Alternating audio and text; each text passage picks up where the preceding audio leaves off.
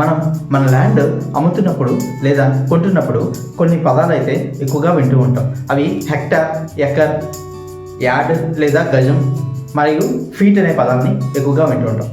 అదేవిధంగా సెంట్, అంకణం, గుంట అనే ఈ 3 పదాలు కూడా మనం వింటూ ఉంటాం. సో మన తెలుగు రాష్ట్రాల్లో మాత్రమే ఈ 3 పదాలని ఎందుకు ఒక్కొక్క ప్రదేశంలో ఒక్కొక్కలా వింటూ ఉంటామో మీకు తెలిస్తే కామెంట్ చేయండి. సో మన కాన్సెప్ట్లో సెంట్, అంకణం, అదేవిధంగా గుంట అనే పదాలు 3 పదాలు వినిపిస్తూ ఉన్నాయి కదండి. సో ఈ సెంట్ అనే పదాన్ని మన ఇండియాలో ఉండేది కదండి. బ్రిటిష్ వాళ్ళు మన ఇండియాకి వచ్చిన తర్వాత బ్రిటిషర్స్, ఇండియన్స్ కలిపి వాడుకునే పదమే ఈ సెంట్ అండి. ఈ సెంట్ అనే పదం రాకముందు మన ఇండియన్స్ అంటే పెద్ద ఏరియాస్ని మెజర్ చేయడానికి దిక్కుల్ని అంటే తూర్పు దిక్కున, పడమర దిక్కున అనే పదాలని వాడుతూ ఉండేవాళ్ళు. తూర్పున ఉదయగిరి పర్వతాలు, పశ్చిమాన మాళవ సముద్ర ద్వీపాలు. బ్రిటిషర్స్ మన ఇండియాలోకి వచ్చిన తర్వాత పెద్ద పెద్ద ఏరియాస్ని మెజర్ చేయడానికి హెక్టార్స్, ఏకర్స్ అలాగే సెంట్స్ అనే పదాలని వాడడం మొదలుపెట్టారు. సో ఈ సెంట్ అనే పదాన్ని ఎక్కువగా ఇండియా అలాగే శ్రీలంకలో మాత్రమే ఎక్కువగా వాడుతూ ఉంటారు. అదర్ కంట్రీస్లో హెక్టార్స్, ఏకర్స్తో పాటు వేరే యూనిట్ ఆఫ్ మెజర్మెంట్స్ వాళ్ళు వాడుతున్నారండి. ఇక మెజర్మెంట్స్ విషయానికి వస్తే ఒక్క సెంట్కి 48.40 యార్డ్స్ అండి. యార్డ్స్ లేదా గజాలు అనవచ్చు. సో అదేవిధంగా ఒక్క ఎక్కర్కి వచ్చేసి మనకి 100 cents. Next second one guntas అండి. ఈ వీడియో ఇక్కడి వరకు మీరు చూసారంటే ఈ వీడియో మీకు యూస్ఫుల్ అని నేను అనుకుంటున్నాను. తెలుసు కదా, ఇన్ఫర్మేషన్ నచ్చినట్లయితే లైక్ చేసి సబ్స్క్రైబ్ చేయండి. ఈ గుంటాస్ అనే పదాన్ని కర్ణాటక మరియు మహారాష్ట్ర ప్రజలు ఎక్కువగా వాడుతూ ఉండేవాళ్ళు. కాలక్రమేణా మన తెలుగు ప్రజలు కూడా వాడడం మొదలుపెట్టారు. ఇంకా మెజర్మెంట్స్ విషయానికి వస్తే ఒక గుంట ఈక్వల్ టు 121 స్క్వేర్ యార్డ్స్ అండి. అదేవిధంగా ఒక ఎకరానికి వచ్చేసరికి 40 గుంటాస్ అండి. అండ్ హెక్టార్కి ఎన్ని ఎకరాలో మీకు తెలిసిందే 2.471 ఏకర్స్. ఇది అన్నిటికీ కామన్ అండి. సో ఇప్పుడు థర్డ్ వన్ మన అంకణం అనే పదం. ఈ అంకణం అనే పదం మనకి మన తెలుగు వాళ్ళే ఎక్కువగా వాడుతూ ఉండేవాళ్ళు.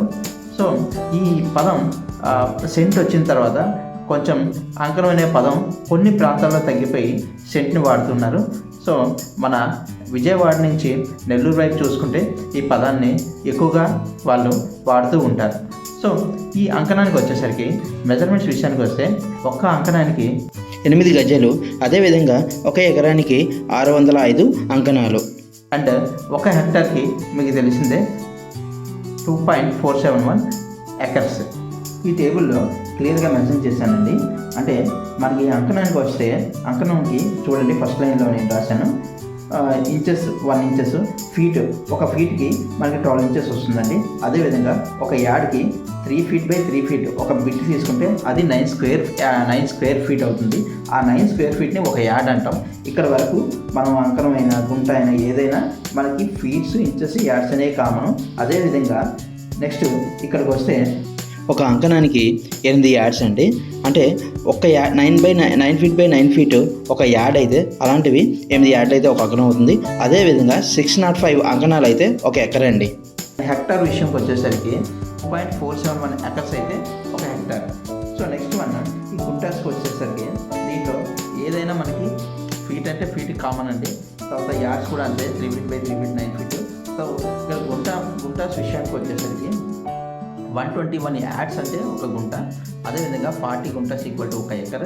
ఒక హెక్టార్కి ఎన్ని ఎకర్స్ అంటే 2.471 ఎకర్స్ అని చెప్తాం. అదేవిధంగా next last final one cent. ఒక సెంట్ అంటే మనకి సెంట్కి తెలుసు కంటే ఫీట్ అంటే తెలుసు, ఇంచెస్ అంటే తెలుసు, ఫీట్ అంటే 12 ఇంచెస్ అని తెలుసు. అదేవిధంగా యార్డ్ అంటే 3 feet by 3 feet దాన్ని యార్డ్ అంటాం. లేకపోతే గజాలని కూడా అంటాం, దాన్నే గజం అని కూడా అంటాం. సో సెంట్కి వచ్చేసరికి 48.40 సెంట్స్ 48.40 యార్డ్స్ ఈక్వల్ టు ఒక సెంట్. అటువంటి 100 సెంట్స్ అయితే ఒక ఎకరా.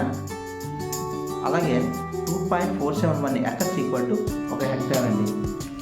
ఈ వీడియో ఇక్కడి వరకు మీరు చూసారంటే ఈ వీడియో మీకు యూస్ఫుల్ అని నేను అనుకుంటున్నాను. తెలుసు కదా, ఇన్ఫర్మేషన్ నచ్చినట్లయితే లైక్ చేసి సబ్స్క్రైబ్ చేయండి. మరిన్ని యూస్ఫుల్ ఇన్ఫర్మేషన్ వీడియోస్తో మీ ముందుకు వస్తాను. Thank you very much. Thank you for watching.